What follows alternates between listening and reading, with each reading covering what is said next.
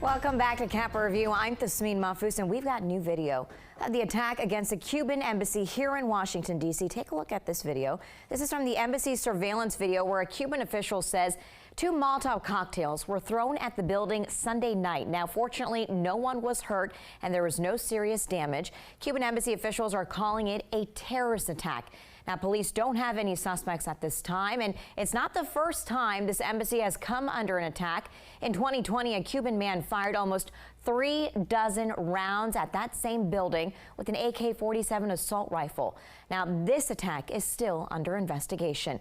And with more, DC News Now's anchor Mark Hall spoke with the Hill's Raphael Bernal. He covers the Hispanic political world and the policy issues around it. He also covers global migration as well. Take a listen. Raphael, thank you for joining us. Let's get right to it. We have a lot of ground to cover. It took the suspect, nearly a minute to light and throw what Cuban embassy officials are calling Molotov cocktails and then walking away. Well, you cover the Hispanic political world. What is your immediate reaction to this?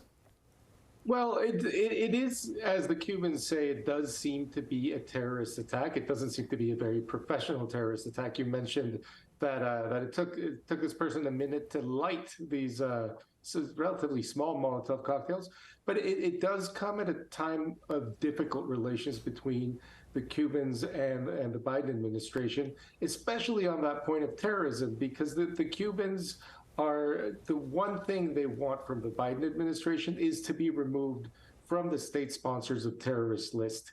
They say, first of all, they say they don't sponsor terrorism. The accusations that the Trump administration levied against them were false.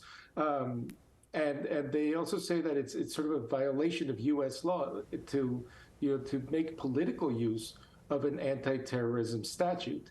The Biden administration hasn't really addressed this claim, hasn't really addressed whether it agrees with the Trump administration in putting them there on the first place, but it is a point of leverage that the Biden administration is unlikely to let go without getting something back. Who do you think would be behind something like this? I mean, you saw the video. Maybe it's unfair to maybe guess who that could be, but who do you think might be behind this, or what message does that send? Well, there's, of course, all kinds of speculation. We do know that in 2020, another person who attacked in a more lethal manner with an assault rifle attacked the same embassy was basically declared insane. Didn't fully understand. He thought he was being persecuted by the Cubans, and there's all kinds of reasons that somebody could decide to do something like this. There is the possibility, obviously, of an organized group, and there's a possibility of this person being a lone wolf.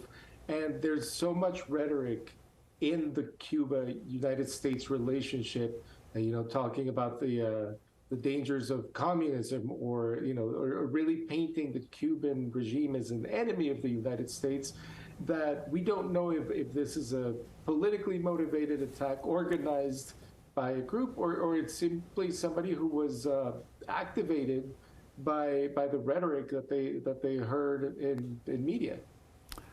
Raphael, how would you describe U.S.-Cuban relations right now? It doesn't seem like it's really a big talker at the national news level, or maybe I'm missing something. No, you're right. I would describe them as cold and pragmatic, I guess. There are talks about issues like migration. There's collaboration on drug interdiction at sea. The U.S. Coast Guard, maintains a good relationship and staff in Havana. The fact that the two countries have embassies that are called embassies is something. Not having an ambassador, like a proper ambassador, with the designation is a sign of the weakness of that relationship, but there's a limit. There are no real talks to move forward in the relationship. It doesn't seem to be a realistic goal for the Biden administration politically. The Cubans understand that, and so it's a cold relationship. There's no forward motion. And Raphael, I mean, you'd mentioned earlier, about the terrorist attack. I guess Cuban officials are calling this a terrorist attack. This happened on Embassy Row, as you're well aware of. Should other embassies be concerned about that attack and really, you know, be on guard? I mean, I wouldn't suggest that there is an imminent threat to other embassies, but this attack, you know, by all definitions, it does fit the definition of a terrorist attack. Not a very effective one, maybe, but there's two other embassies. The Polish and Lithuanian embassies are next to the Cuban embassy. There's the Spanish and Mexican Cultural Institutes are right across the street. You know, it is a reminder that in times of heightened political rhetoric and sort of kinetic activation of ideologies, one has to be a little more careful than in calmer times. Raphael, thank you so very much for joining us. Thanks for having me.